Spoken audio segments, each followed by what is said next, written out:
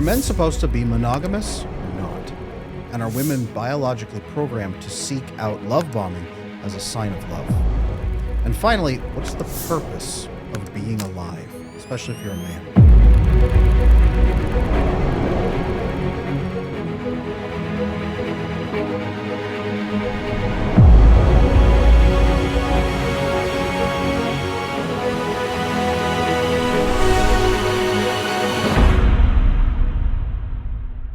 To answer these all-consuming questions, we brought on Dr. Orion Taraban, a personal favorite of mine in his third episode here. He is a licensed psychologist. He's also a best-selling author, and he specializes in helping people understand the value of relationships. Orion, welcome back to the show. Great to be here. Nice to be in person, finally. Yep. Oh, this is going to be so good. Oh, let's go.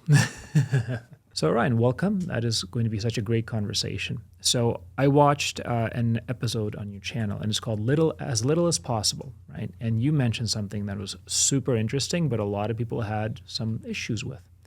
So bare minimum dating. Can you tell us a little bit more about that concept and why is it relevant? Well, I talked about it because I saw a number of usually women on social media who were complaining about men who were doing the bare minimum on dating. They weren't making much of an effort. They were asking them out for coffee dates. They didn't seem to be planning anything really interesting or extravagant for the courtship process. And I thought that was very interesting. And I believe that in that episode, I argue that it's important for men in today's day and age to actually do the bare minimum in the courtship process. I have the radical belief that it shouldn't actually cost a lot of money to get to know another human being, especially if the courtship process is ostensibly a period of vetting for compatibility. Are we physically, emotionally, psychologically aligned? This is something that is generally done through conversation. If a woman needs a Michelin star dinner and a number of activities that are designed to entertain her and to trigger her emotionality, if she needs a certain amount of money and time and attention spent in order to feel like it's worth it, then on some level she's subcommunicating that she doesn't find the prospect of just spending time with you and getting to know you as a man all that interesting. I've said before that all men pay, but the more she likes you, the greater the discount. So that kind of makes sense because when a woman's attraction is very high for a man, she finds being in his presence kind of intrinsically valuable. She doesn't need more than that. When a woman's attraction level is very high, she just wants to be around that man. And she often does all kinds of mate guarding strategies to make sure that other women don't get around that man. When the attraction level isn't as high, then women generally feel like they need to be compensated in other ways. So I think this is kind of a test. We often talk online about how women test men, and I think that's right and good, but men can and should test women as well. And one of those tests is, do you like me, or do you like what I can buy you and what I can provide for you?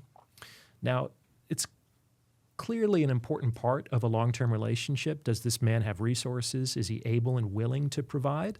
But coming right out of the gate is also probably not a good idea because it sets a difficult standard. A lot of guys paint themselves into a corner in the early courtship process in the sense that they come right out of the gate really trying to impress the woman. Some of them spend a lot of money to try to show that they are a high-value man.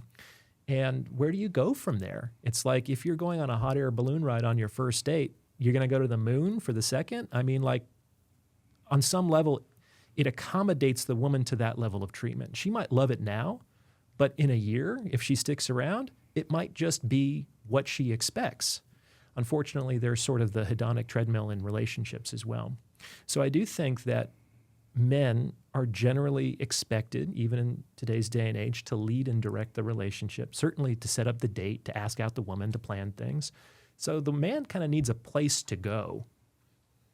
So starting out really big makes it very difficult for him to exceed that or even maintain it because the same treatment becomes accustomed over time. One thing I've noticed with women in particular who hyperfixate into this experience is, number one, they're either looking for stimulation as fast as possible, and they're usually the ones most likely to complain online and say, I was love bombed, but they demand it right up front. Otherwise, they don't feel like anyone loves them. Well, love bombing works. I mean, that's part of why we hear women complain about it. If women resisted that, if they didn't find the sparkly objects and the big romance to be emotionally stimulating, it wouldn't exist. Men wouldn't do it. And I think that love bombing is a behavior that's often retroactively defined. In the beginning, when she's experiencing it, this guy is just a romantic man who appreciates her value, who sees that she is a woman who's worth spoiling. It's almost like a source of pride or vanity, or it can be. But if the man is just using those behaviors instrumentally to get what he wants, then once he has that, and there's not as much of an incentive to continue that behavior, then it becomes love bombing because she fell for it. And this is interesting because I think women really miss an opportunity to grow and to be empowered in this situation. Because if they frame this behavior as love bombing, then they're just the victim of a narcissistic man who took advantage of them. But how is that possible? So there had to be at least a vulnerability or a desire to be treated in that way. Maybe there was even a little voice in her head that said, hey, maybe this is too good to be true. Shut up, voice. It's like, I want this to work. And on some level, a woman was complicit in that experience. Like it worked, and it worked not against her will. Let's put it that way. And so if a woman can appreciate that she's at least somewhat responsible for that outcome, then she can learn and she could potentially keep herself safe if she doesn't want to repeat the experience in the future. There is a challenge with women who have anxious attachment style called intermittent reinforcement. I'm sure you're aware of this piece, but it's the oxytocin in their brain that's released when they feel loved, appreciated, cared for, also releases dopamine in their brain. And this is similar to gambling addiction. Mm-hmm. What they found, in essence, is on the first few dates, the slot machine is always paying out, right? I found a slot machine that's always paying out. And what they're doing right now is complaining, in essence, that all of a sudden the slot machines are getting tighter and tighter and tighter, and they're not paying out, and I'm not getting the experience. On the other side, though, men who are more avoidantly attached are going to love bomb because they think that's what they have to do. And they feel like that. And you're trying to correct that perception that you don't have to. In fact, you shouldn't. I'm looking at, you said courtship, which is a beautiful thing. I actually disagree with modern dating. I think it's an invention that was one of the worst things humanity's ever done. There's dating, and then there's courtship, and then we look at short-term feelings and experiences. What am I going to be getting in the next 6 months versus what is our long-term plan over the next 50 years? And I think a lot of dating doesn't ask, why are we together? Why are we pair bonding? What is the purpose of pair bonding, you and I? It's about as unromantic as I can possibly say, but I think that people shouldn't be dating for feelings at all. I think that the feelings should be pushed aside largely, used as data points, certainly, but I think the feelings make us drunk. They make us foolish when we make decisions. So historically, this pattern is actually misappropriated because courtship before used to exist to one purpose only. You were not going to be dating in the Middle Ages or even during the Enlightenment period. Even the late 1800s, the purpose of the courtship period was to show your wealth, to show your security, so you can become engaged, betrothed. And then after you were married, this was going to be when the actual, courtship for sexual value was going to begin.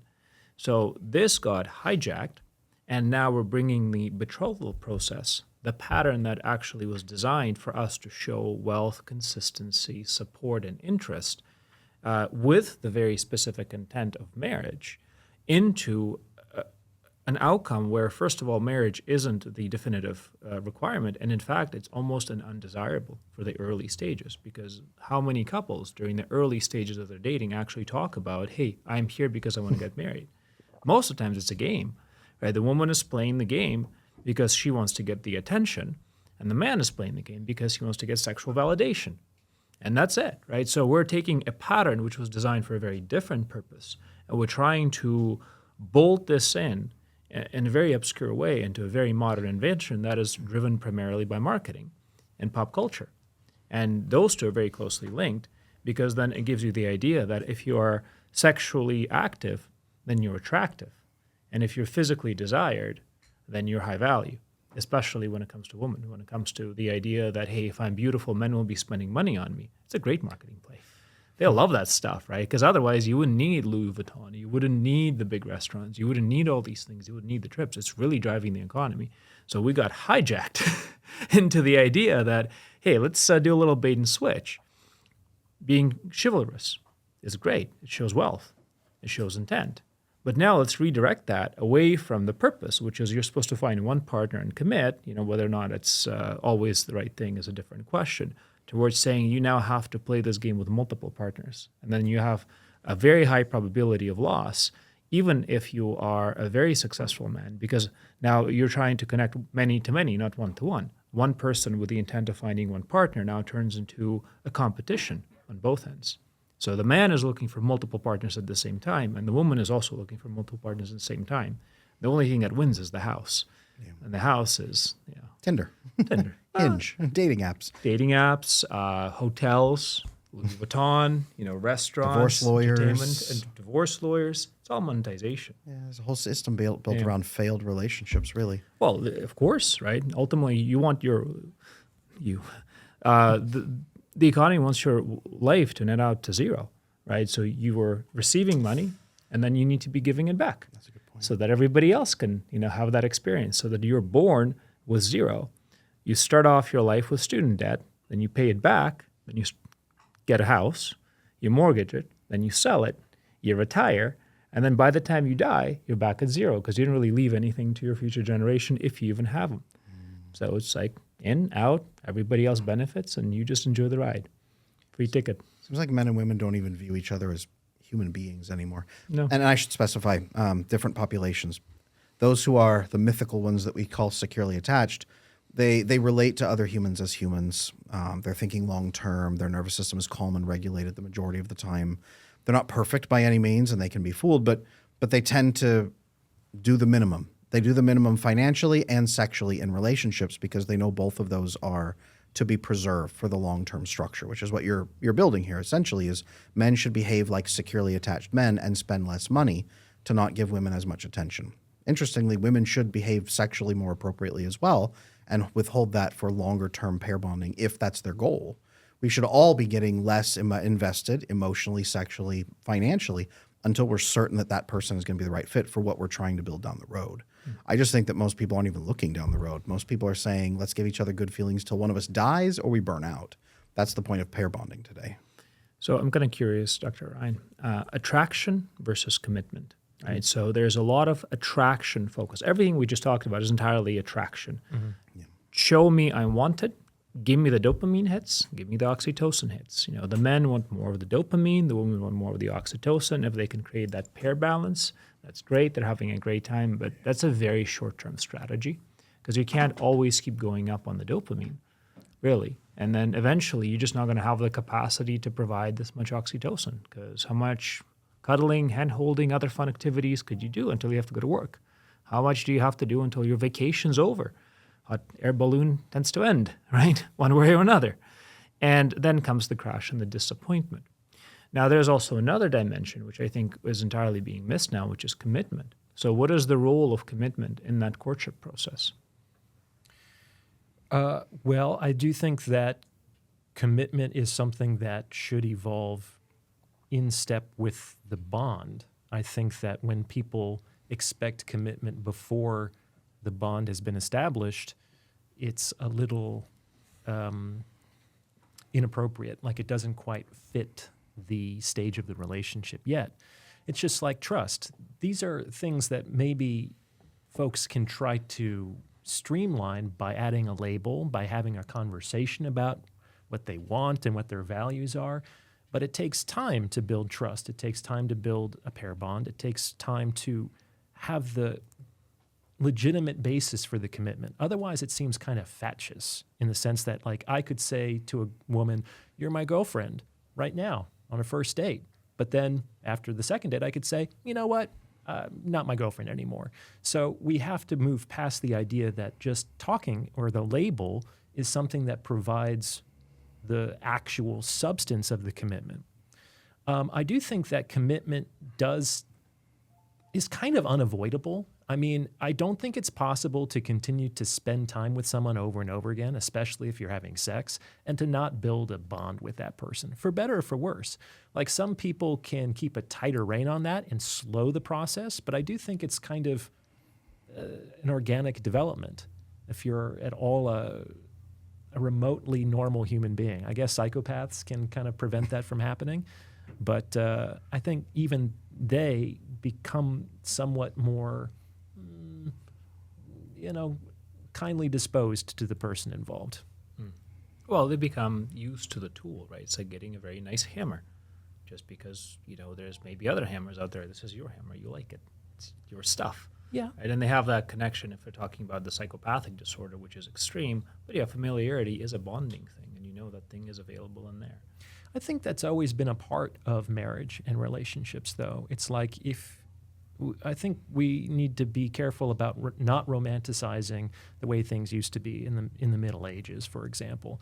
Maybe you lived in a small village. Maybe you've never traveled outside that village. You're probably going to do what your father did, what your grandfather did.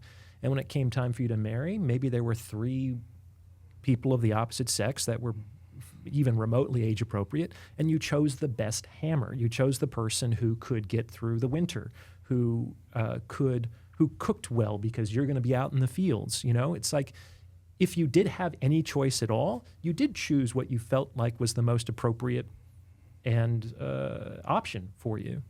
And when there was no choice, which has been the case for a great deal of human history, and marriages were arranged, there was a great deal of consideration paid to, what would this marriage do in terms of an alliance or the consolidation of resources? What would this union enable the families involved to experience? So I do think that there's a great deal of instrumentality involved in marriage traditionally.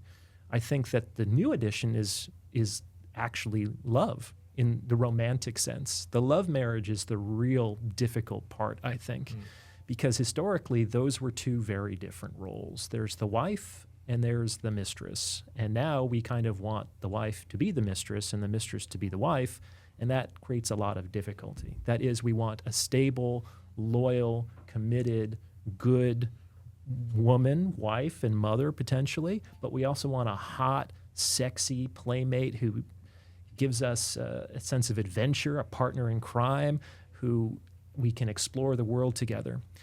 I think that it's very interesting. I love going to weddings and listening to the vows and the ways that they talk to each other these days, because it's largely marketing for marriage. It's largely marketing for the relationship.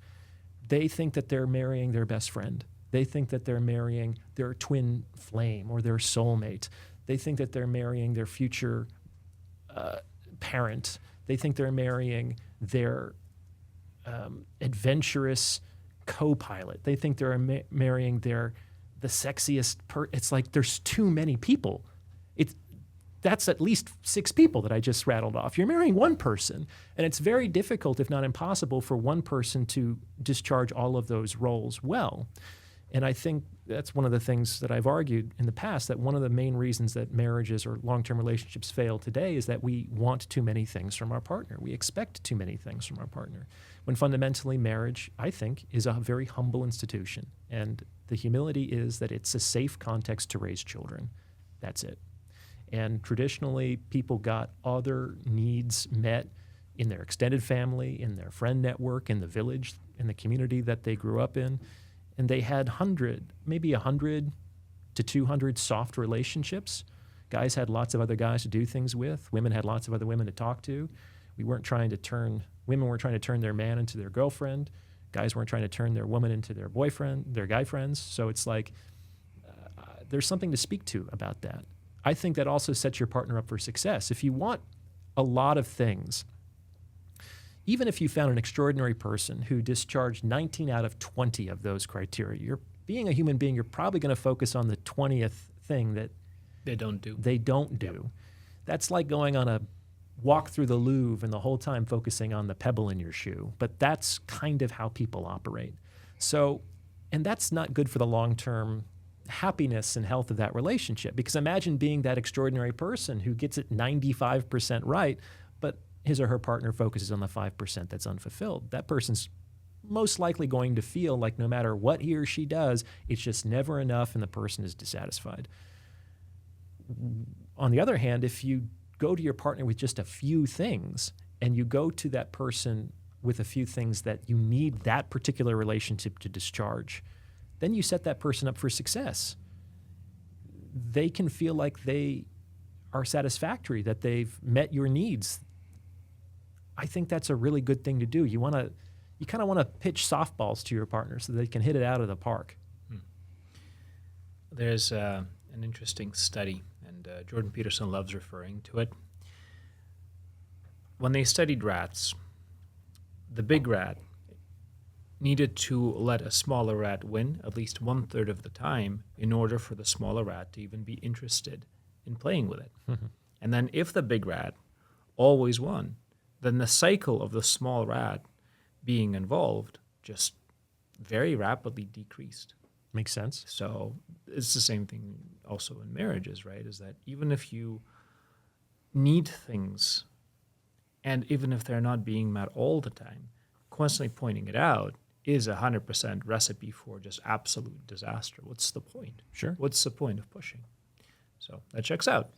Adam, I'm curious. So we've built a secure loyalty equation, and this is for the male side, and the secure love equation for the female side. And I think a lot of this actually has to do with this conversation. Do you want to introduce us to that? Yes, and there's one thing I wanted to ask you that weaves into that. You had said marriage is a vehicle for raising children. And I actually agree, but I'm curious if we agree or disagree on a key point.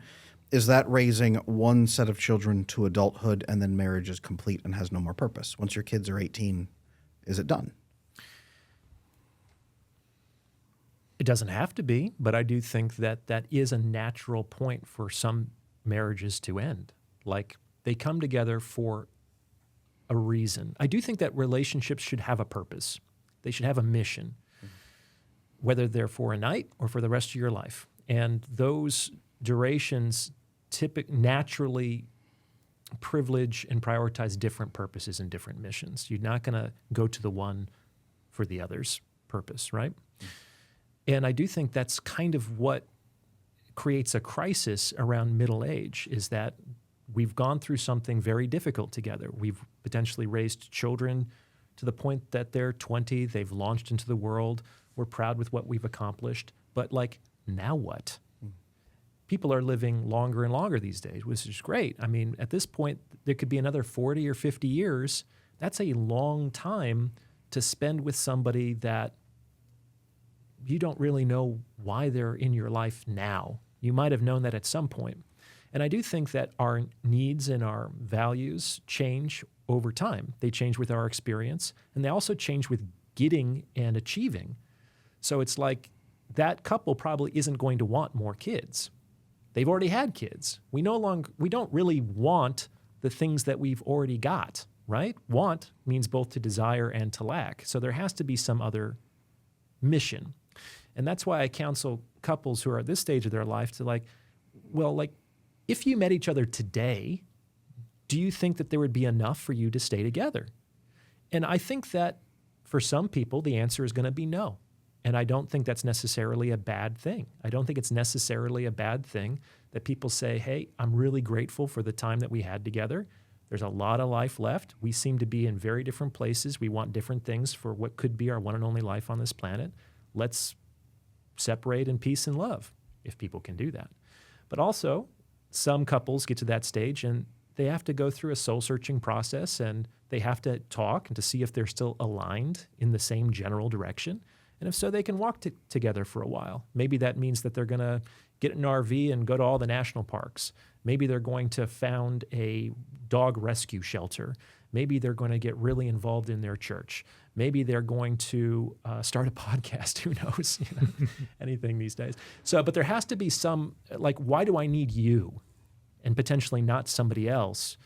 And it can't be an arbitrary thing. I listed off a number of possibilities, but the possibilities in question need to speak emotionally to the people involved. It can't just be a make-work project.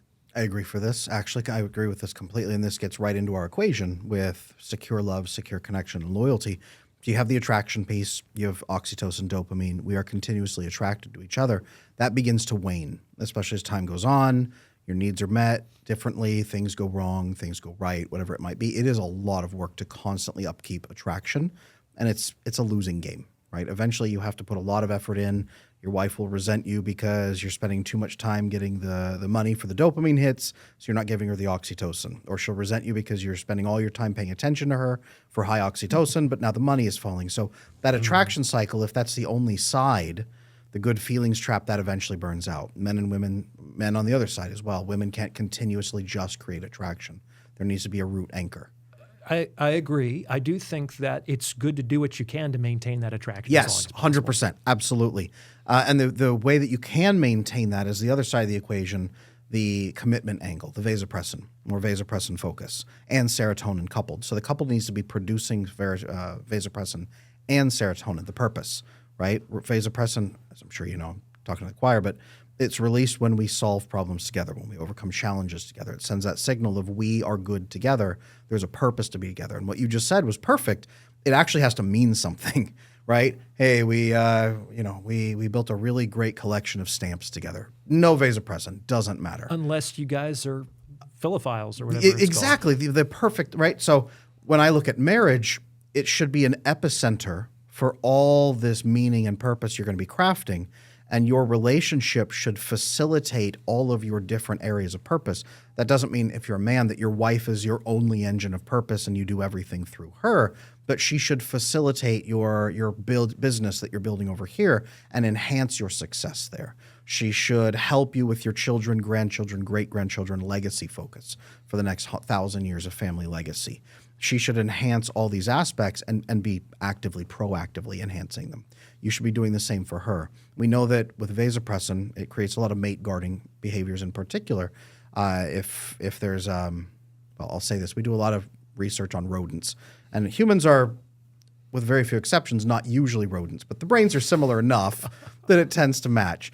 So when we have, in this case, prairie voles that are monogamously bonded, intensely monogamously bonded, and we block their vasopressin receptors so they can't get it anymore, we see them very quickly shift away from any monogamous behaviors and begin seeking out diligently looking for other partners very quickly.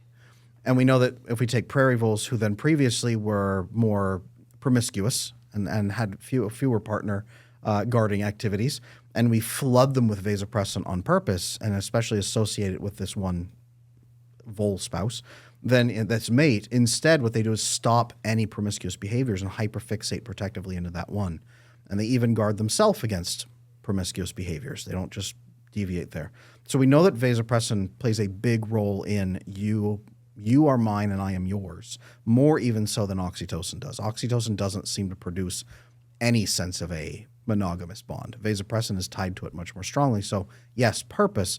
That's why I'm looking at couples today and saying, well, let's just get together and have fun and see where it goes. Absolutely not. If you're going to do that, you're just focusing on oxytocin. Neither of you should expect that to turn into a long-term marriage. I think that couples, as you also said, should be very explicit about, I want this pathway, lifelong monogamy.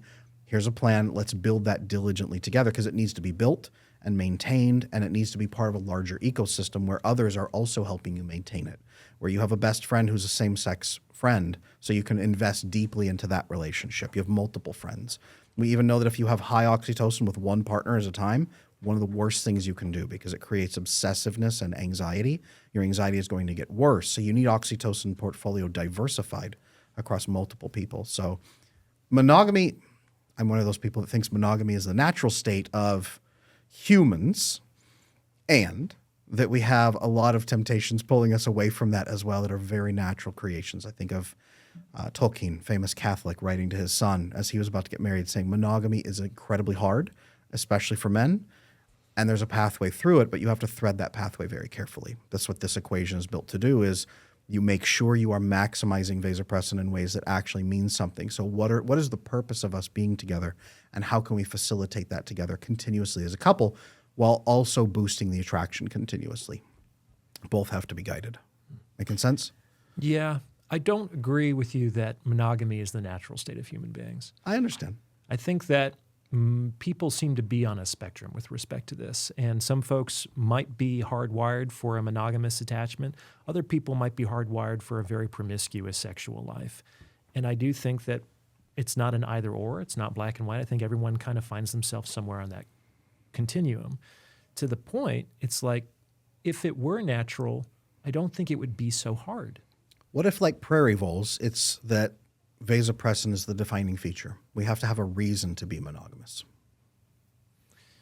It's possible, but it seems like in this study, the reason was that the scientists manipulated the vasopressin in the prairie moles. So, is the reason the chemicals that are flooding our body, or is it the story that we're telling ourselves about ourselves in the relationship, right?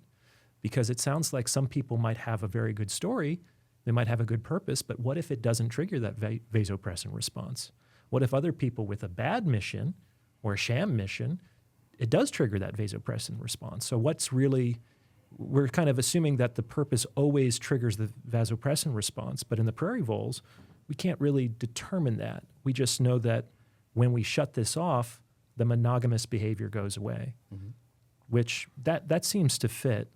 But that potentially suggests that we are far more prone to our biological state than most people today are willing to give that credit. And I agree with that. I think that we need to let the pendulum swing a little bit back towards biology. We're not just brains in a vat. Like, we're not just idealized. It's not that simple, mostly because if we're looking at the reason that people act the way they do, there's a pattern, right? So we talk about this as the attachment algorithm pattern, and then ultimately you have an algorithm that was coded into you. How you're relating with others, largely defined by your childhood. And then there's a certain mechanism there, but it also puts you into a certain state. So if you're always overloaded on, which is actually part of the equation as well, the cortisol component. So you have always high cortisol, and that high cortisol is blocking your oxytocin receptors. It is interfering with your ability to have healthy attraction from the perspective of being balanced. That's one area. So that's already skewing that equation. Another area, too, is that there's a serotonin component, too. So the equation itself looks like this. It is dopamine plus oxytocin, which also contributes to GABA, therefore cortisol control on one side, that's attraction. And then plus, which actually we'll come back to in a second, serotonin plus vasopressin. So they're actually supposed to work together. And we divide it all by cortisol. The idea is that cortisol, you never should be zero. If you have zero cortisol in a relationship, you're a psychopath. You have no care for it whatsoever. There has to be a measure and a balance between them all.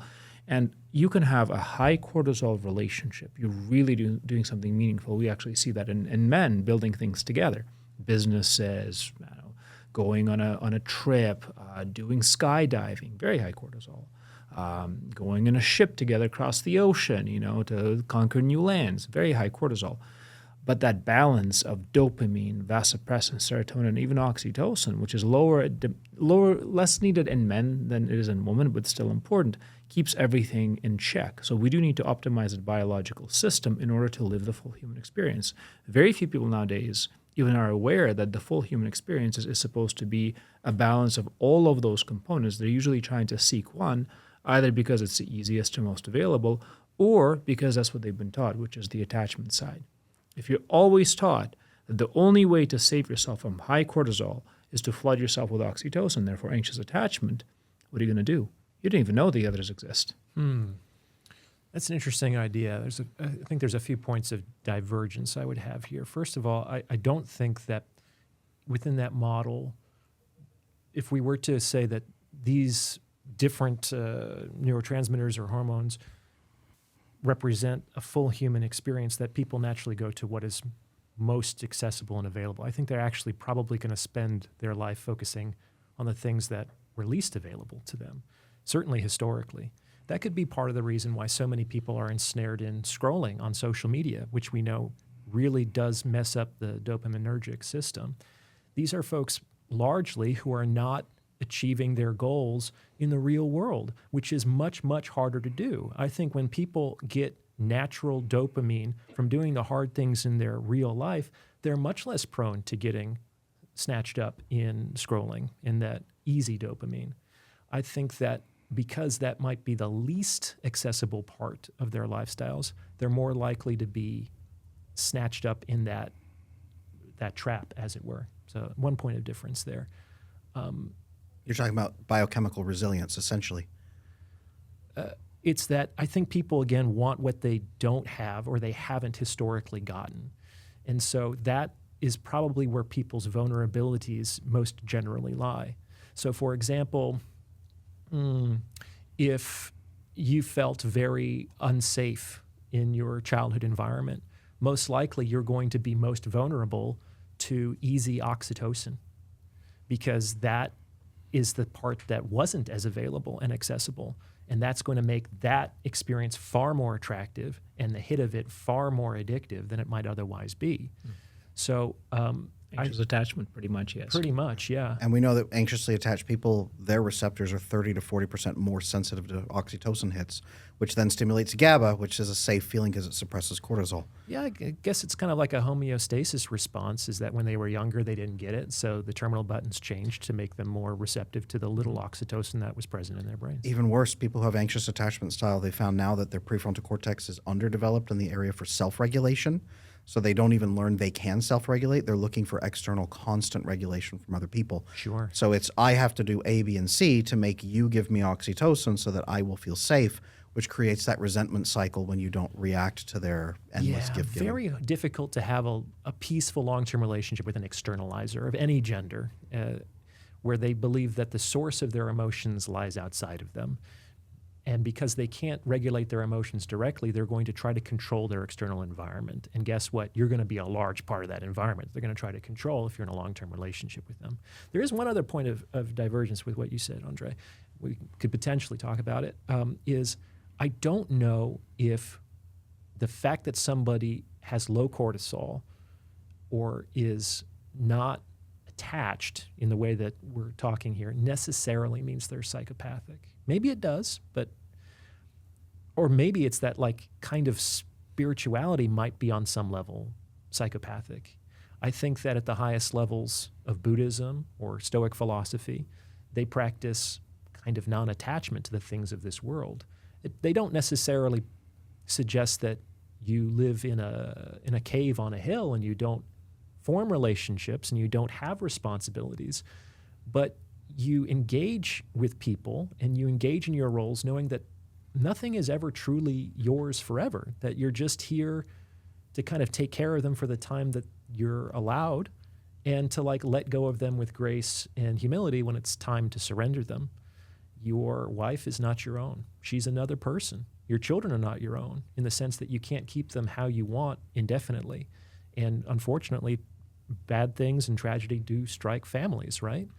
So I do think that the idea that I can hold this relationship lightly in the sense that I'm grateful that you're here, I'm fully invested, but if the time comes for us to part ways for whatever reason, whether it's a natural cause or it's because one person wants out, the door is always open.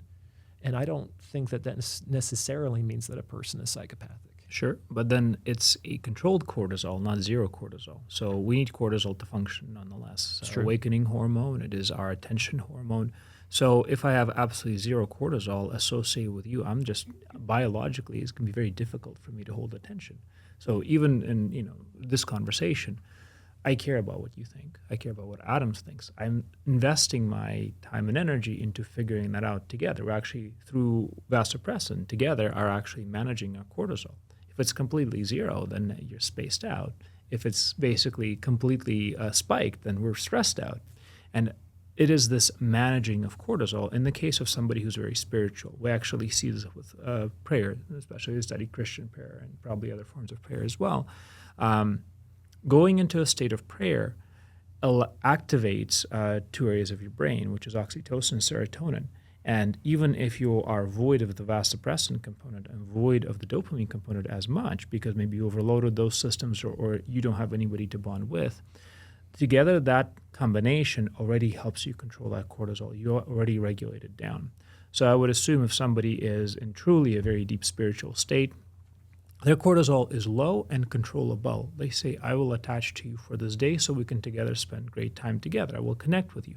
And when you leave, the cortisol isn't going to spike because I will return to this meditative practice And I will simply be able to control the fact that whether you're here or not, I will be able to use this additional mechanism, which is probably the biggest biohack that humanity has ever built, is this internal state of meditation and prayer, a self-regulation cycle, to manage myself until you return. So when you do return, you're not returning to a very stressed out entity saying, where did you go? You're returning to somebody who's ready to bond with you to the fullest. There is no need for you to regulate cortisol down because they've already regulated and they're already controlled. And then you can engage with them immediately in a proper dopamine, oxytocin component, which is they're welcoming, they're holding your hand, they're giving you a hug, which is part of a greeting in every culture for that reason, right? Is the connection, oxytocin, dopamine. And then they can engage with you spiritually in the serotonin and vasopressin. They've just opened up their ability to really take advantage of every moment to fill that equation, which is what we call the multiplier effect. Because when that equation is balanced and cortisol is controlled, you significantly release the energy that you otherwise use trying to manipulate your environment. So if you have a really functional couple, the multiplier effect plays out from the perspective of they do not waste their time being worried about the other person, being worried about themselves. They immerse themselves in the presence, and that creates the effect where their attraction and their commitment multiply each other and create a burst of energy for them to enjoy their life. They become very balanced, their stress levels go down, their body optimizes, they live longer, they're happier, they're much more immersed in the moment, which is the whole point of this whole thing, is that we spend too much time trying to seesaw the equation, trying to control our cortisol, because for the same reason that you brought up before. I have no job. I'm on social media scrolling for cheap cortisol. That's the only thing accessible to me to control my for cheap dopamine, scrolling on social media for cheap dopamine to control my cortisol. I have nothing else available, and therefore that's my only salvation, is to distract myself, whether it's drinking, whether it's smoking, whether it's social media. That's my only option, ignoring the other side completely. There's no relationships, there's no purpose, there is no connection to anybody else. That's the only thing I think I have. And I think many people nowadays live in the state where they focus on like maybe one or two. They are focused on dopamine, or they're focused on oxytocin, and that's the only way in which they're trying to figure out how to stay functional. What do you think, Adam? Does that check out? Let me take a moment and talk to the people who are ready to achieve a lifetime breakthrough in their attachment relationships. You've spent a long time learning, but you don't know what to do. I'm going to be hosting an in-person relationship intensive at the end of April with over 20 hours of work together, plus with me and my team building the skills and experiences you've always been missing in your relationships. The things that have frustrated you most and kept you back, this is what we're going to show you how to break through.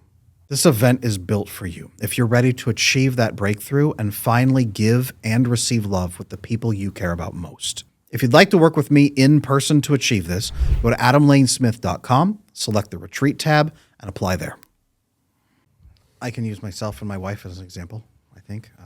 We've been married 17 years. We have 5 kids. Number 6 is coming on the way. Mm-hmm. So I like to tell people, for every child you're not having, I'm having 2 at least. So it's a competition.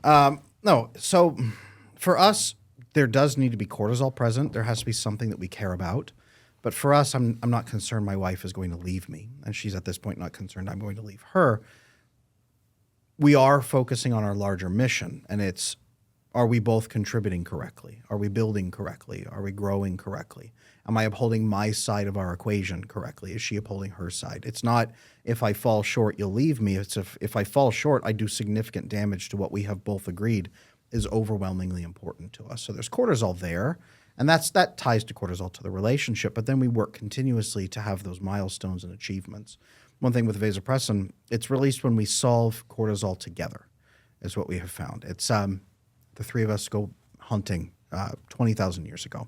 And as all 3 of us successfully hunt, afterward we get a signal of vasopressin marking you, and you were there when I was afraid and scared. So this is why men have more receptors for vasopressin than women do, because we're going to face that hardship more often. Mm-hmm. Now I know next time I go hunting, I'm going to take the 2 of you and not Steve over there who just cried in the corner, who failed us, right? He made, right, that rotten Steve, right? Worse, I have a cortisol association against him where my brain says, not Steve, these 2. So as we mark those successes and those achievements together, as our brain says, you helped me, not you were nearby and I did it, but we did this together, that creates that loyalty. So it's not just for monogamous sexual relationships, it's bonding and loyalty. Loyalty might be a better word for this, actually.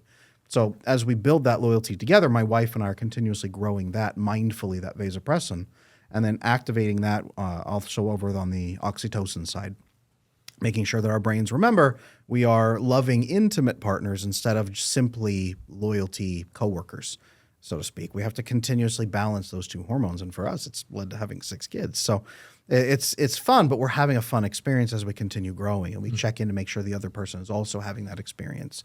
Every week, we have a meeting to make sure that everybody's aligned and we're feeling good. Is there anything we're deviating from? Any values that are shifting? Any continuous things? Our anniversary is the most unromantic anniversary on the planet. We have a yearly assessment of the relationship, of our progress, of our growth. Board meeting. It's a board meeting. It is, but it leads, because it's so unromantic and focused on practicality and business, it leads to the possibility of romance, for the possibility of joy, of connection, fulfillment, because our guard can come down so low because we know intricately where the other person is at every given moment because we're checking in continuously. That's my system that has worked. And it says, again, it's the most unromantic thing I could possibly have built, and I did that on purpose because I don't think the purpose of marriage is romance. I think romance is added to marriage once you get everything else successful. Well, it's very interesting, the origins of romance, which is something I speak a little bit about in my book. It comes from the chivalric tradition, which was a Christian knighthood in Western Europe. And typically those knights chose women to be their romantic idol who were married to other men. Often those men were off on crusades or doing other things, but the idea here was that romantic love was somewhat transfigured from a Christian sect called the Cathars, who believed in the purity of experience. And they felt that romance would be sullied by sexuality. And so they felt that it was appropriate to choose a woman who was actually married to another man because it would prevent the sexual dimension from flourishing. Now, that didn't always happen, but that was the ideal, is that you're over there, I'm over here, there's a line we're not going to cross, and it's actually that boundary that makes my passion safe. I can now become far more invested in this emotional experience because I know it's never going to lead to anything. It's like a Leo Tolstoy book, right, where there's a wide net of Ludmila loves this man, but he loves her like a brother. But he is in love with this married woman who is very conflicted about her husband, who's sexually attracted to her cousin, and it's just this fascinating intricacy of these complex relationships. Sounds like Tolstoy. No one ever gets to be happy. No, that's the point. But they all die trying, Yeah, right? correct. Yeah. Well, love stories aren't happy stories. I mean, every real romance is a tragedy. The romance of Romeo and Juliet, for instance. We had to invent a new genre called romantic comedy to make things end the way that we would prefer to have them end. But they don't really speak to a deep psychological experience that I think we all know to be true. The point of romance on some level is it's like two hearts, it's one heart and two bodies, kind of that idea. And the real tragedy of falling into that experience is that no matter how close we get, whether it's physically or emotionally, we're still separate. We're still separate individuals, and we can't ever fully overcome that. Maybe we can overcome it temporarily in the sexual act, but then after a few minutes, we Party's solidify into our separate individuals. That's why, on some level, the dream of union in romance is only achieved in death, which is why all true romances end in that outcome. It's like finally they can be together forever. There is no forever while we're here. And we still see the interplay of that romance in our marriage vows. It's like there is no forever and ever. Jesus has said that there are no husbands and wives in heaven. We need them now because we need this institution in order to raise children potentially. But we might not need them in heaven, if heaven does exist. There's the most complicated gift we've ever received from God is foresight. If we chose to simply not live in tomorrow, none of those things would really matter. right? So why? Because exactly as the Buddhists would do, they would appreciate and enjoy every single moment that's being given to you. In Christian tradition, it's actually how you're supposed to live as well. Once you achieve the top level of spirituality, you're grateful and immersed into the present every single minute, and you are not supposed to worry about the coming day because it's not in your realm. However, we spend all of this time dreading the coming minute of separation if we're in a fantastic sexual act, aging, departure. We spend all of this stuff. That's what's raising your cortisol.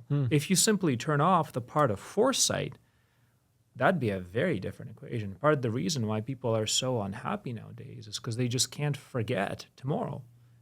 Sure, it's like the lilies of the field. That's what Jesus was talking about there. I think it is easier to be in the present when your present is nice. That is also true. I mean, if you're in a difficult define situation. nice. Well, I mean, sometimes it's just very basic stuff. Like my life has gotten so much more pleasant as I've become more successful. I can live in more comfortable, safe places. I don't have to live in public housing anymore. I can afford nutritious foods. When I go out, I can enjoy pleasant experiences.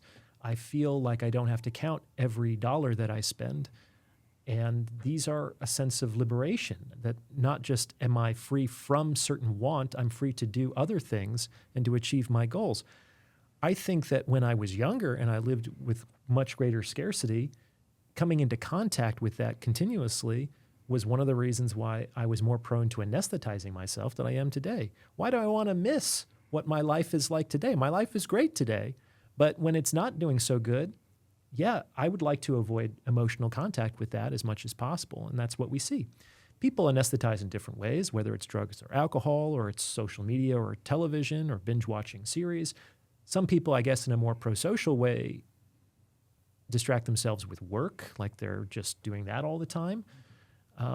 Or in some marriages, they triangulate with the children. And I don't want to deal with my husband anymore, so I'm going to get super involved in the lives of my children. And that creates an alienation in the family dynamic as well. So some things that look good, like being heavily invested in your children or working very hard at your career, might not always have the most noble foundations. Let's put it that way. When it's done as a coping tactic instead. Exactly, yeah. Yeah. Something you said in there for me flashed, because I'm Catholic, I'll just out myself, but I think that there's no marriage in heaven because the work is done. I think that marriage is for work. I look at the creation story that woman is going to be man's helper, not like his best bro. Like that's not in there, Helpmate, yeah. right? I think that we are married to do our job. I think we're married to do our work. Correct. And I think then I ask, what is that work? And I think all of us can choose to invest at different levels. Some of us will invest like the boomers did, get my kid to 18 and leave him a note on his pillow that says, get the hell out, right? You're on your own. I don't even care where you sleep tonight. You can do that.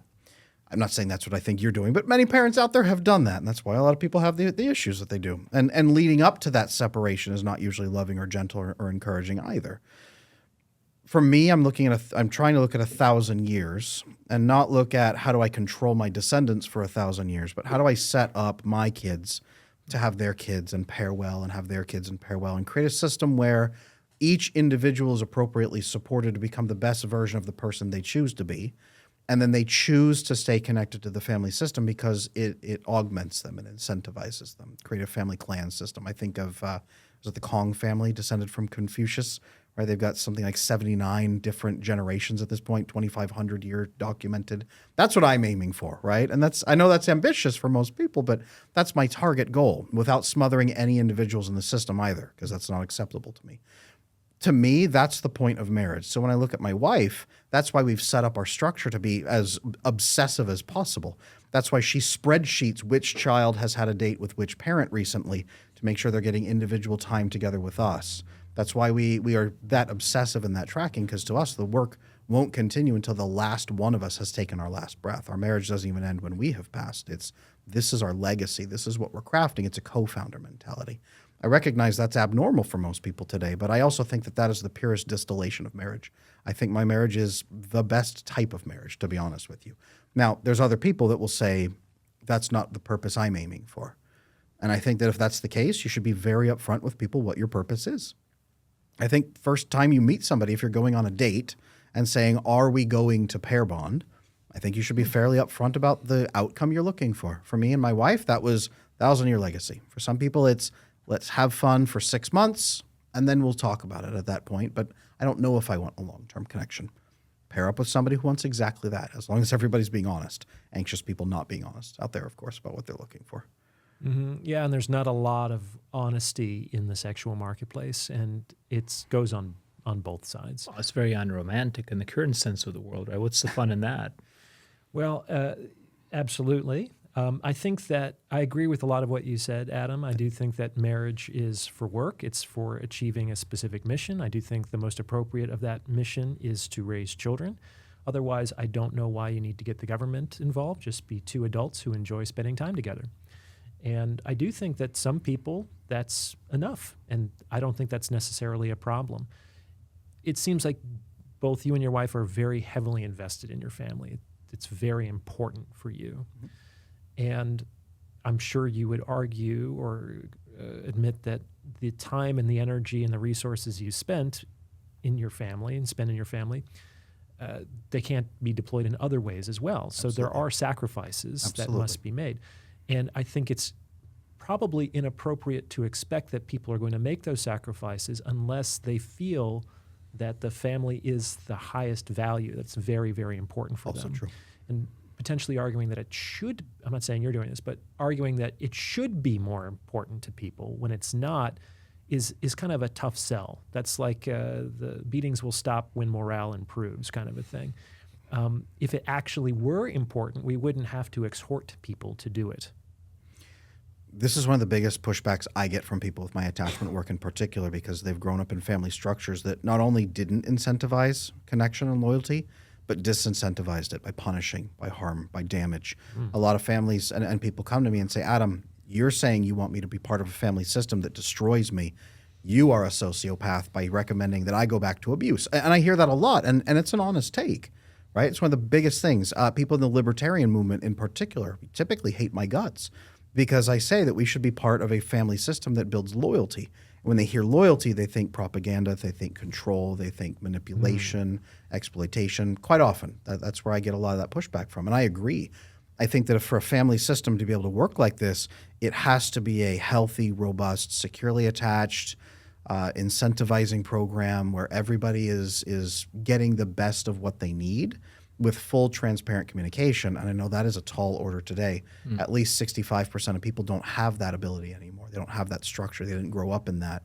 That's why I do what I do, is to try to just give people that piece so that if they choose that family system, they can. Because I believe that is the best system, arguably, for human fulfillment biochemically. But I also understand most people don't even think it's a possibility anymore. So I'd like to share an interesting stat. And this was both horrifying and shocking to us when we figured it out. And people have been talking about this for at least 10, 20 years in the socioeconomic space. But statistically speaking about mostly first world countries, in 3 to 5 generations, most family lineages will be extinct because we're just not reproducing at the fast enough rate. So right now in the US, the current rate is 1.6 children per woman. And the going rate in order for us to just sustain at this rate needs to be 2.7. So with the way that things are going right now, it's really going to be boiling down to a question. Do you care if your lineage, your biological lineage, continues? And then I think ultimately it has to tie to that. What is the purpose of your being here? Are you going to be the last or the second last or the third last of your generation? Well, yeah, I think that's an interesting way of looking at it. I mean, you just mentioned this Kong family. I'm not familiar with it, but I would think that because we know it by name, that it's kind of an extraordinary family. Like, it's not normal that most families persist that long, or at least know 70-some generations. 2,500 years, 79 generation, and oldest direct descendant even gets a duke title. They really hammered this down. Like, they have their ancestral home where Confucius lived is a UNESCO protected site. Wow. So they really took this very seriously. Sounds like it. Yes. On the other hand, every single one of us is here today because we're a part of an unbroken legacy as well. Like, every single one of our ancestors reproduced. We are part of that successful legacy. Now, sometimes the name of the family changes name, but I think that we all go back to common ancestors, however you want to define that. So I think it depends on how you look at that kind of family. Do you look at it because you have the same surname, or are you part of the human race, or are you part of a successful lineage of life itself, potentially? The birth rate is very low. In America, it's even lower in other parts of the world, as you know. I think South Korea is the lowest right now. I mean, it's very interesting because, 150 years ago, you were Irish Catholic, you had 10 kids, you know what I'm saying? And then we think, well, why don't people have 10 kids anymore? And I've thought about this recently, and I think there's a number of reasons that if we don't address, it's going to be very difficult to change this birth rate. First and foremost, I think people had 10 kids because infant mortality was really high. You knew that if you had 10... 25%. Sorry, what was it? 25%. 25%. So you lost 2 to 3. So now you have 10 to get 7. Let's put it that way. Okay, so that we functionally, I wouldn't say zeroed out, but we significantly reduced infant mortality in the Western world. Okay, but still, the vast majority of folks were, frankly, very poor, and you needed an extra pair of hands around the house. And maybe the older kids would help to raise the younger kids, and you could have an unpaid intern on the farm, or they'd send them off to the mines at 10 or something like that to bring home an extra 2 bits a day or something like that. And so a number of those 7 children were designed to provide economic support and instrumental support for the success of the family. That's why I think we see that as GDP per capita goes up in every society over the last 100 years, the birth rate goes down. Is that a lot, whether we want to admit it or not, at least some of those kids were born for economic reasons for that family. Responsibility, because the average life duration was about 40, right? So just statistically speaking, not everybody is going to make it, even if they do make it past infancy, because That's true. Starvation, wars, disease, accidents. Exactly. So let's say you have 10, 7 survive to childhood, maybe 6 or 5 survive to adulthood. And then half of those kind of get knocked out through whatever things. Could be. Yeah. And now that people are earning more, they don't need the extra pair of hands around the house. So now they're down to maybe 3. I mean, I think the replacement rate is 2.1. It needs to be above 2. Yeah, Maybe so 2.7 currently to change the trend is the latest stat. Yeah. Because the birth rate is under 2 already. Is that what you're saying? Yeah. So maybe in the 50s it was pretty commonplace to get 3, but that's just one tick away from 2, which is below the replacement rate no matter how you count it, right? So I do think that as people become more comfortable and they become a source of wealth and prosperity for themselves, they need people less. We see that as a fragmentation of our communities across the civilized world, for better or for worse. Some people have even said that one of the purposes of money is that you don't have to deal with people that you don't like anymore. You don't have to ride the bus. You don't have to put up or tolerate with folks that you don't really want to rub shoulders with. And you can have things more on your terms. That's kind of I think, the dream of a lot of people, especially women. I think that for a very long part of human history, women have not been able to work, and they have been legally prohibited from having their own property or their own assets. And I think there might be some kind of generational memory associated with that, where it's I don't ever want to be beholden to a man. I want to be the source of my own wealth and prosperity so I can be self-determined. And it's hard to argue with that. I like being self-determined as well. It's enjoyable to have things your way.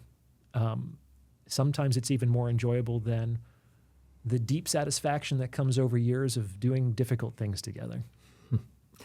There's a good saying out there that we finally live during the age of absolute choice, right? We actually now get the option to choose what is it that's really important to us. Do you want to go try to climb the mountain of marriage and build a 1,000-year-old legacy? do you want to optimize your life for your immediate term, right? Do you want to optimize your life and say, I'm going to have the best life for the 80 years I have on earth? And it's like, next generation is going to be the next generation's problem.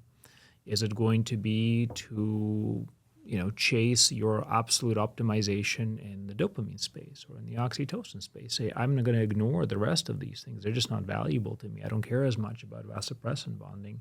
I'm going to join a rock band and live in a rock band until I die. And even if it's 40, because, drugs and overdose, who cares, right? So we're giving people the ability to make that absolute choice. And it's almost like we're casting bets on terms of figuring out what is going to be most interesting and valuable to humanity. Because now we no longer must be restricted to having to live in the way you used to. Well, I think there's certainly nothing wrong with having that millennial viewpoint, right? It does remind me of, man plans, God laughs.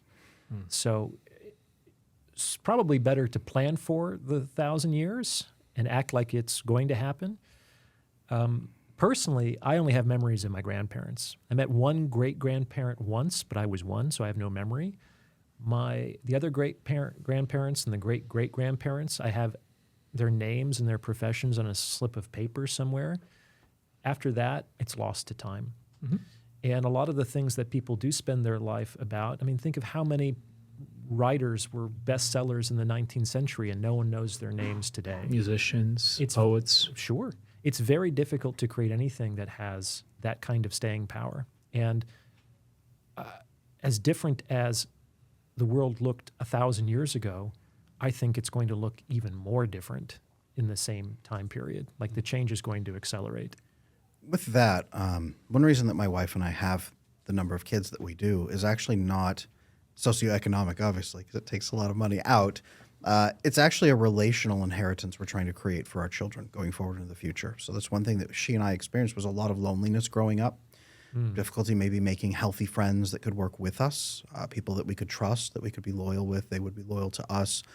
Partners, right? People, you grow up, you get a partner, they're your everything. Nope, if you have this wealth of siblings, you can diversify that oxytocin, that connection, that love, that loyalty and intimacy, and that becomes normal. So you don't have to hyperfixate into one person to rescue you from the loss of human connection.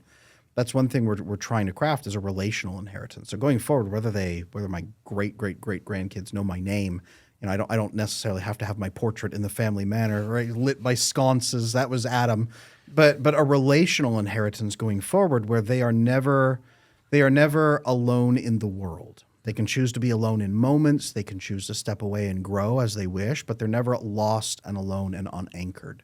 That's the relational experience we're trying to give to our children growing forward across the generations. And as 3 to 5 generations from now, we're expecting 80 to 90% of family lines to end. I think the world will be a lot emptier.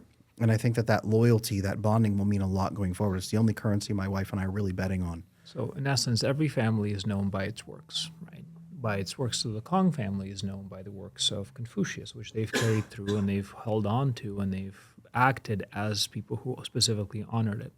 Then there was lineages of the tsars, lineages of the kings, the pharaohs, et cetera, et cetera, et cetera. They held an identity and they passed something on from generation to generation. Oftentimes it had to do with power because that was the only thing that was evident. You got the largest pyramid. You got the smartest man. You got the. One thing that Adam and I are making a bet on is that if we can prove the effectiveness of this specific formula that we're talking about, the secure love and loyalty formula, and we can pass it on to our generations and we can teach our kids how to live in a balanced state relationally, biologically, in terms of figuring out their priorities, that can actually endure. That could be the thing that they pass on because then they can teach the value of a healthy and balanced relationship to their children. So if I can teach that to my children, then I can teach them how to teach it to their children. And then I can teach their children why it's important even when I'm not around down the line. So we have now 3 generations living the same philosophy. It is now linked for Adam and I to the Christian religion, but it can be also transferable. It can be also transferable to another religion or a philosophy or a way of life. And we think, or at least we're willing to take a bet on it, that passing that specific work on and on and on can create a 1,000-year legacy, not just for our families. It's not just a unique thing, but it's a much more innate way for people to live with the mind of protecting their descendants and also allowing them to thrive in a changing world. I would agree with that. I think that for most people, the mimetic legacy is more important than the genetic legacy.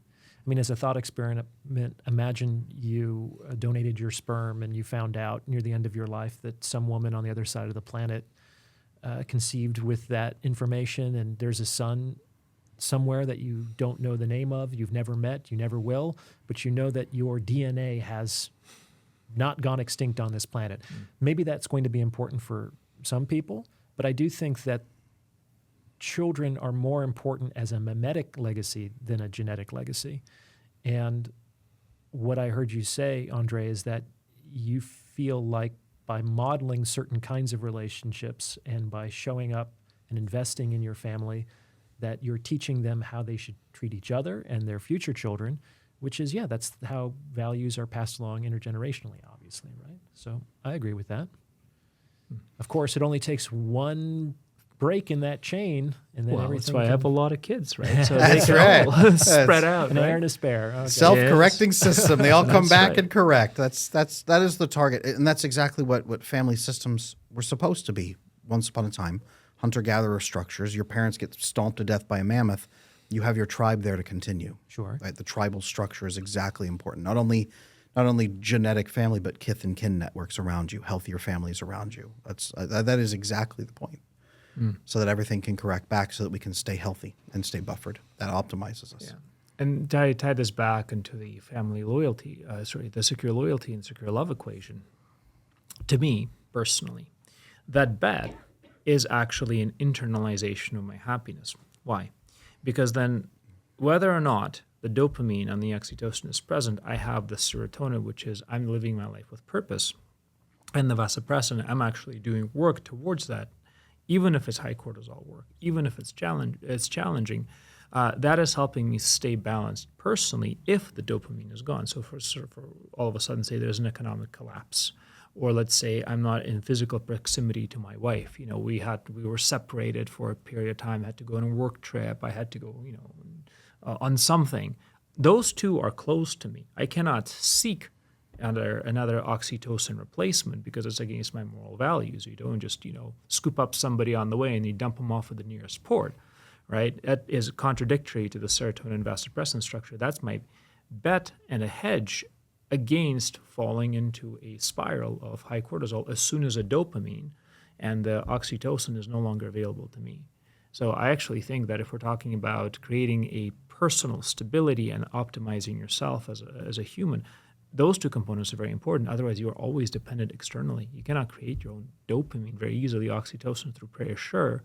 But if you're always focused outwards and you don't have that big legacy you're living for, what is going to be balancing you if the first is taken away?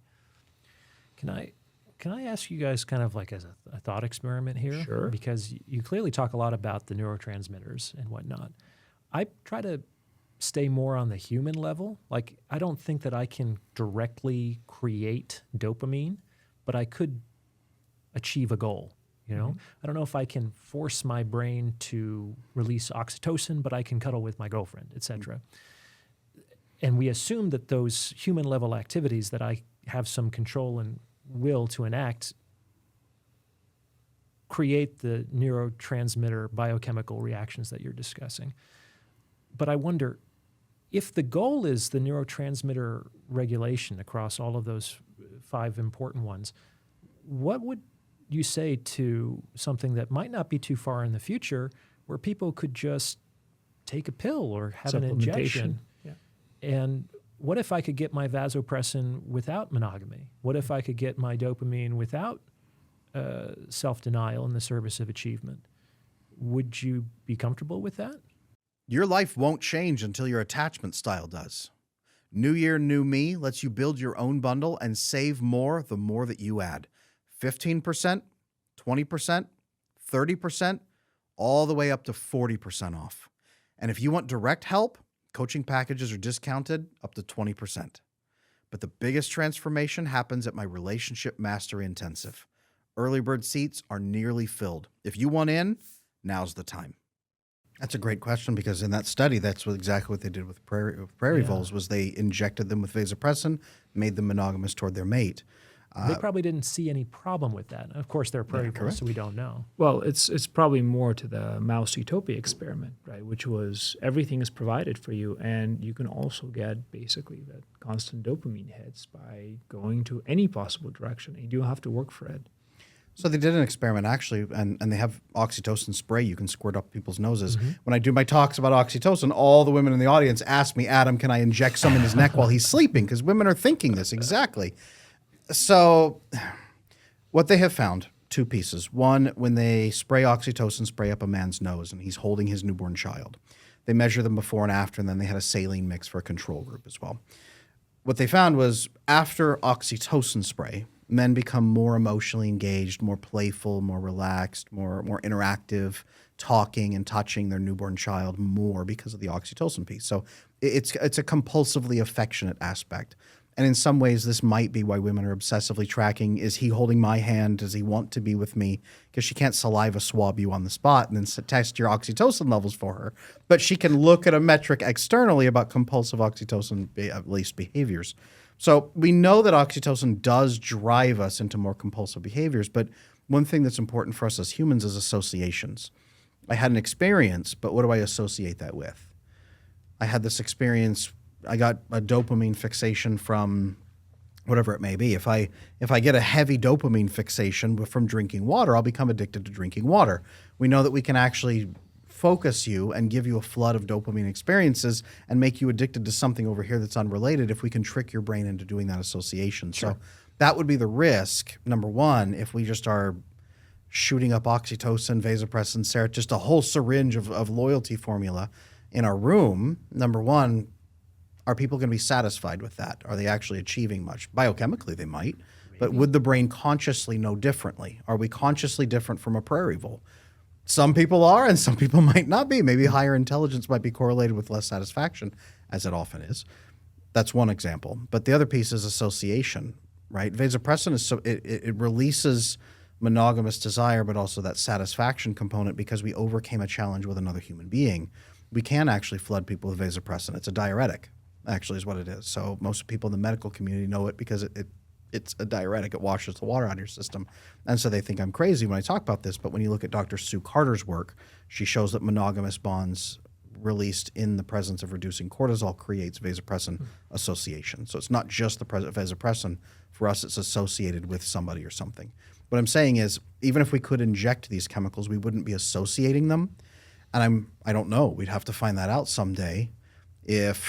What happens then? Do people just I inject? can make a prediction. Right? Here's going to be the prediction. In essence, if we're talking just about the human experience, you're going to break your own attachment instantaneously. Because the point of secure attachment is that you will believe that you have created sufficient connection with others that things cannot be simply taken away from you.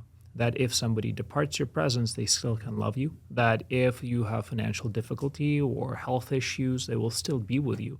It is the deep faith that you're not alone, which is what we're absolutely conditioned to be in every single sense. So if my security is now an injection, all I'm now doing is I'm saying I have absolutely no control whatsoever, and I am now utterly dependent on the provider of this injection. Now, actually, as you said this, and a great thought experiment, I love this. We do know that you can release significant oxytocin with pets, right? And this is why the phenomenon of the cat lady exists, actually. She doesn't have children to release oxytocin or a partner usually, but she can get it instead through the release consistently of caring for and loving those people. Mm-hmm. Could she just sit in a room without cats and shoot oxytocin up her nose? Maybe. But she won't be doing caretaking behaviors. She won't have that bond, the reciprocal relationship. We see women bonding with AI today. Is that going to be a piece? Does she shoot up her oxytocin and then talk to her chat boyfriend? Ooh, I hadn't thought about that. That would definitely make it even more convincing. It absolutely could, and that might be something that happens. But then what happens? Is that fulfilling?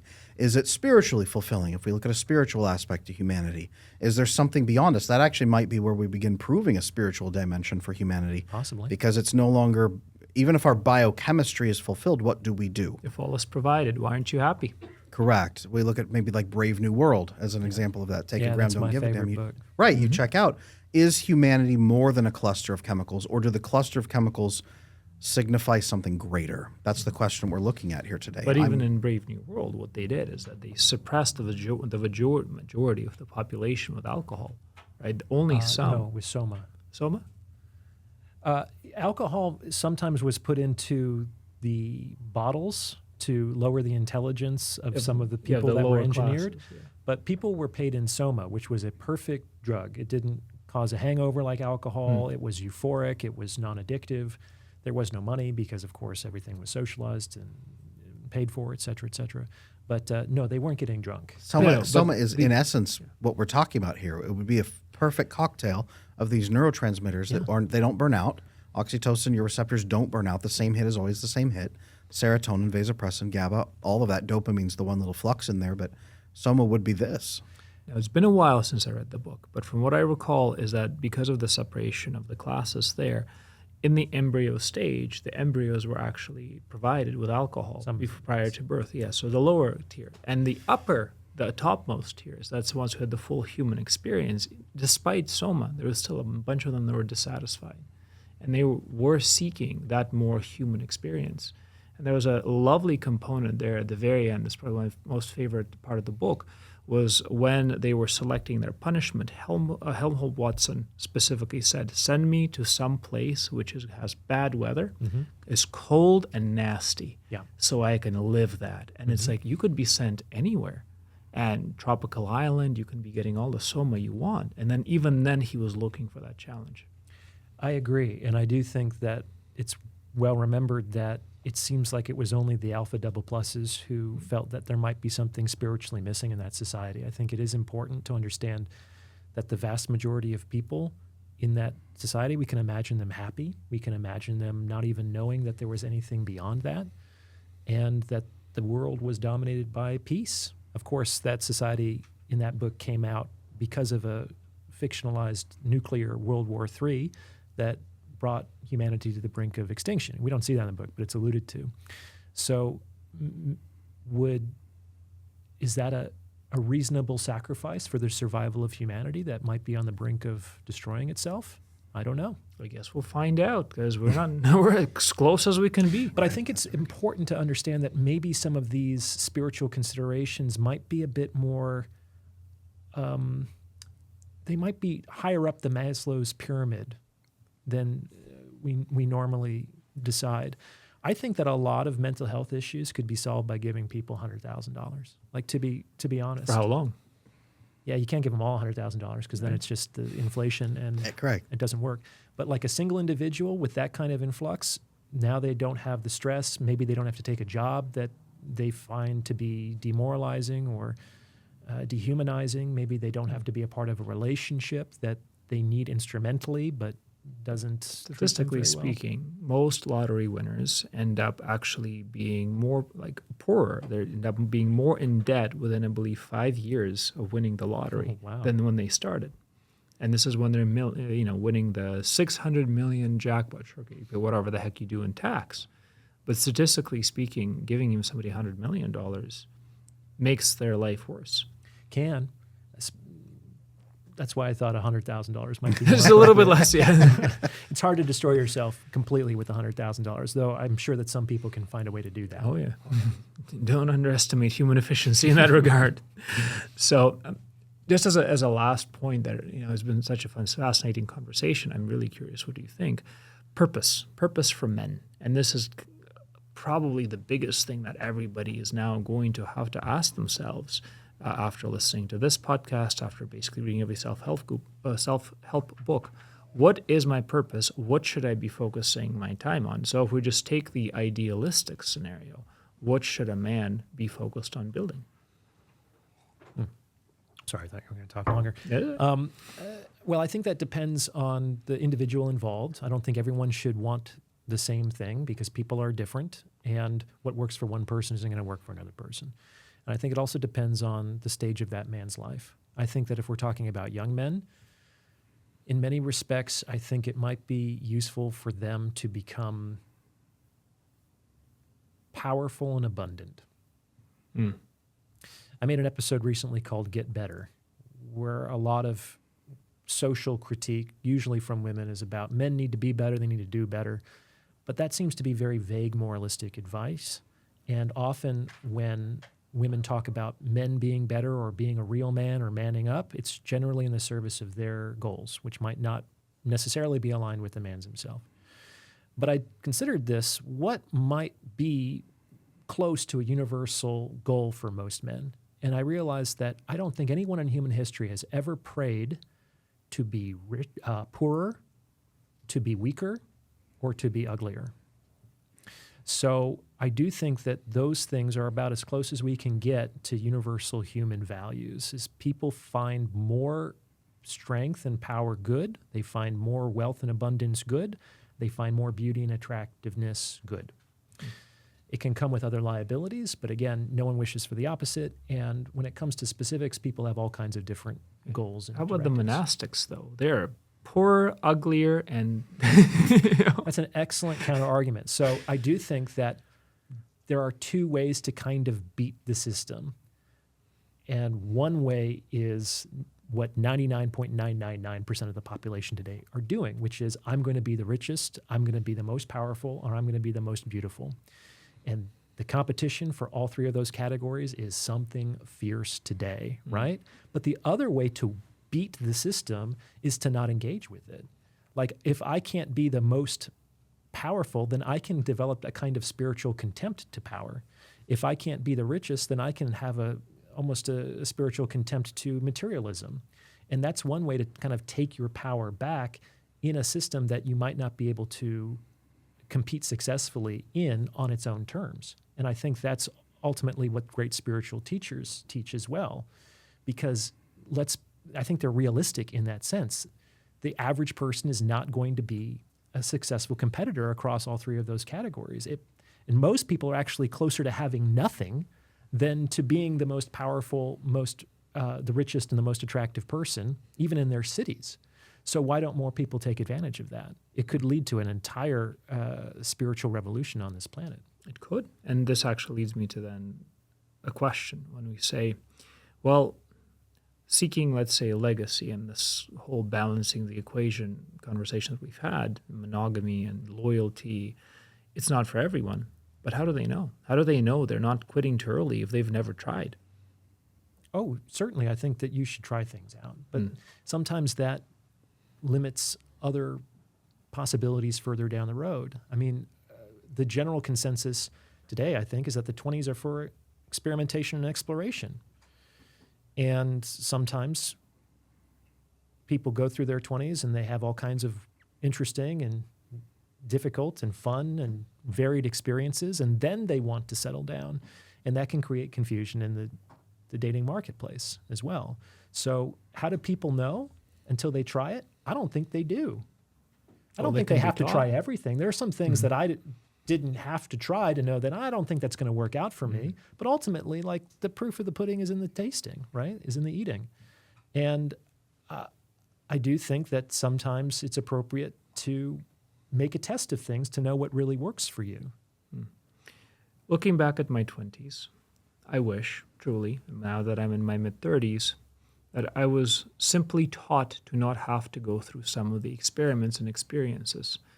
Some of them because they were dangerous, others because they were just stupid, others because they were shameful, and others just because they gave me the skills and experiences that are now significantly detrimental to my current goals. I wish I didn't remember some things that I remember. I wish that I didn't have the skills, incorrect ones, built, and I would actually just rather spend my 20s building the things that would have made my 30s significantly happier. But there wasn't anybody else. There wasn't a mentor. There wasn't really a good figure. There wasn't a structure which prevented me from doing a lot of dumb shit. So if I have to help my kids, I would love to help my kids say, look, a number of these experiments are there to trick you. They're there to end badly. They're actually not good experiments. And there could be some healthy experiments you could have, sure, between, what type of friends you enjoy, what type of profession you wish to take. But most of the things that are being taught to young kids nowadays are dangerous, stupid, and simply bad. And they're not there for their benefit. They're there for marketing purposes or worse. They can be. I hear you. I made a lot of mistakes when I was younger as well, and I didn't have a lot of structure, though I do think that there is something, in my own personal opinion, we might even consider it to be spiritually weak about someone who doesn't make the trial of it for himself. I think that the real knowledge is emotional, and it's very difficult to get that emotional knowledge without having done the experiment, without putting yourself in the place and feeling what happens when you do so. Otherwise, it's just sort of intellectual. And a person might have the best father, the best models, the best advice that is absolutely going to work. But if a person just is obedient to all of this wisdom around him, then where's the sort of like the will to seek and to build and to persist? It's almost like there's a dependence on that comes from the outside. I think that people do need to make their own mistakes. It's like the Buddha saying that ultimately it's better for someone to follow their own dharma authentically than to follow my dharma inauthentically. I think possibly because he believes that when people do that, they'll realize that they were wrong or deluded and potentially eventually come back to him. But sometimes people do need to make that detour. And I will say that life has a strange way of kind of beginning to make sense in the long run. Like some of the things that I went through when I was younger, I wouldn't look back and now say I had to go through those things, though I don't think I could have made different choices because that's just who I was at that time. And I kind of have to accept that I did the best that I could with who I was and the information I had at the time. But many of the things I went through are now very, very useful to my life today. But I had no idea that that was going to be the case when I was younger. Sure, but war stories come from those who've survived. What about those who didn't? And we all know people who tried to go and experiment and they just didn't make it physically, spiritually, emotionally. I hear you. And this is actually part of the loss too. It's like for the ones, as you said, you're successful and you're significantly better off now. What if one of those wrong choices just didn't go the way it did? It was very close for me a number of times. I came very close to death. And I'm not a big fan of war. I don't think that we should fight them. But I don't know if that belief is going to stop violence and conflict on this planet. It could be the height of wisdom to say that we should seek peace. But it seems like people around us are now making the experiment the other way around. And peace, of course, it's a skill, like contentment. It's not something maybe that we're even hardwired to do. It does seem like the natural baseline for the human being is a low-grade state of anxiety or wariness, because it's better to be, have false positives about a threat that isn't there than a false negative about a threat that is. That's how you get eaten. Right? So I do think that there's a lot of work that can go into overriding that default network. We see that in meditation, where long-term meditators have denser prefrontal cortex in certain areas that's associated with impulse control and overriding those baseline intuitive emotional responses. But that's not something that most people are born with. It's something that we actively have to cultivate. The idea that peace is just the absence of conflict is wrong.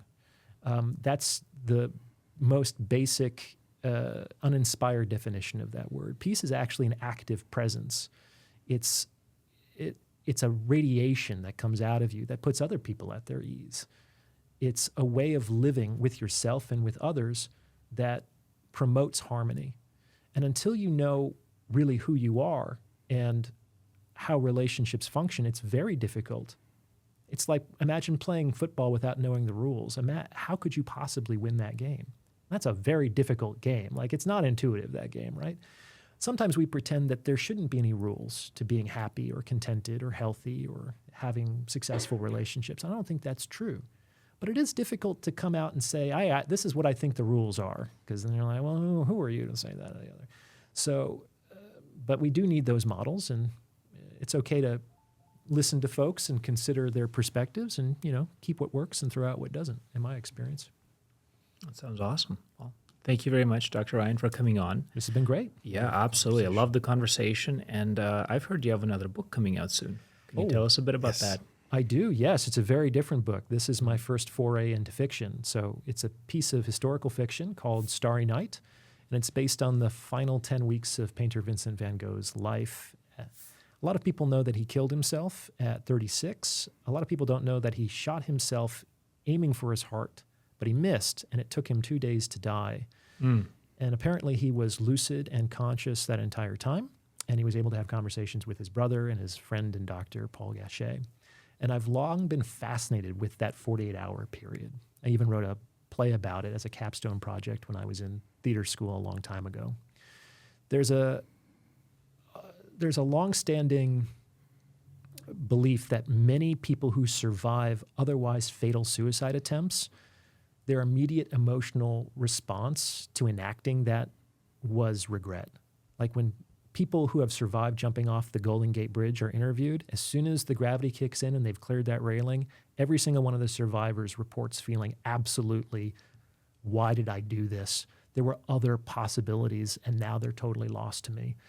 So I wondered if that was something that happened with Van Gogh. The bullet was in him. There was no way to survive. Did his experience change over those 48 hours? Of course, as a psychologist, it's also interesting because he had some mental illness. He was addicted. He was also very lonely. He never had a successful relationship with a woman. He only sold one painting in his lifetime. I wonder if he had more success and appreciation for when he was alive, if he was able to have successful relationships with the opposite sex, if he was able to curb his addictions, would he still, well, he wouldn't still be alive today, but would he not have killed himself? But would he not have been himself? I think it's also very interesting that if Van Gogh lived today, he'd probably be considered an incel loser.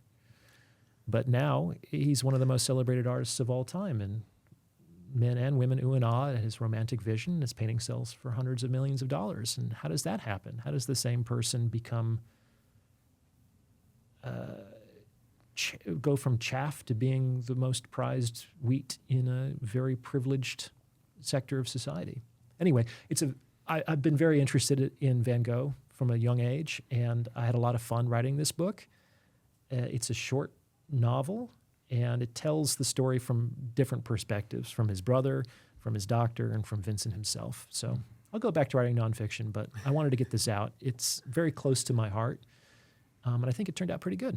I'd love to give you guys a copy. I'd I'm love to almost have it. there. I would love it. Right next to the other book that you gave me. Yeah. Right on. When's it coming out? January 14th. Woo, all right. Well, then by the time this is published, we're probably already going to be out. So where do we get it? Oh, on Amazon, ebook, audiobook, Love it. paperback. Amazing. And for those who want to learn more about you, and especially if it's their first time, where do they find you? Sure. The best way to find me is on YouTube. I now go by my name on YouTube, so it's Orion Taraban, and everything spins from there. So in the description of every episode, if you want to learn about my community or consultations or my books, my newsletter, etc., you can find links to everything there. Amazing. Well, thank you very much for coming on. It's been a fantastic conversation. It's getting better and better. So it's so much such a pleasure. easier to do it in person. Oh, It's yeah. so much more fun, too. So I hope we can do this again sometime. 100%. guys. We'll do it. Adam, where do we find you? I am Adam Lane Smith, the attachment specialist. You'll find me and my entire team on adamlanesmith.com. Come check us out. Contact us through the website. We are here to help. Amazing. Thank you, gentlemen, for both being on. And to the audience, thank you for listening. Please ask us questions down in the comments below. And don't forget to like and subscribe and share this with your friends, because this is a impactful, fascinating, and very meaningful conversation, especially to men or to men that you might love. You definitely want to take a look at this, get them to pay attention to it, because the existential question of why are we here really does lie at the core nature of masculinity. So if you want your men to be men, make sure they listen. Thank you, and we'll see you in the next one.